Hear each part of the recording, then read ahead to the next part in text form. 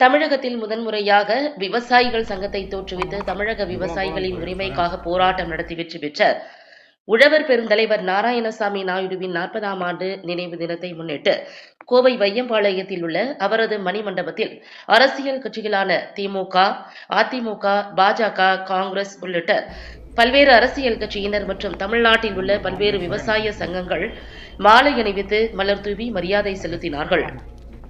இன்றைக்கு உழவர் பெருந்தலைவர் ஐயா நாராயணசாமி அவர்களுடைய நினைவு நாளில் அவருக்கு புகழை போற்றி மலரஞ்சலி செலுத்த கோவை மாவட்ட காங்கிரஸ் கமிட்டி நிர்வாகிகளோடு இங்கு வருகை தந்திருக்கின்றோம்.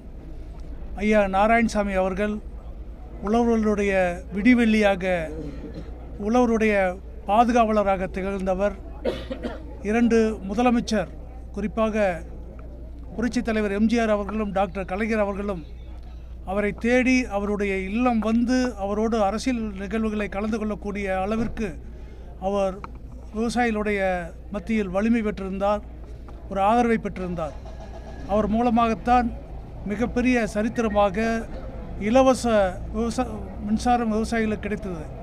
அது மட்டுமல்லாமல் விவசாயிகளுடைய கோரிக்கைகளை செவிசாய்க்கின்ற சூழ்நிலையும் ஐயா நாராயணசாமி நாயுடு அவர்களால் உருவாக்கப்பட்டது.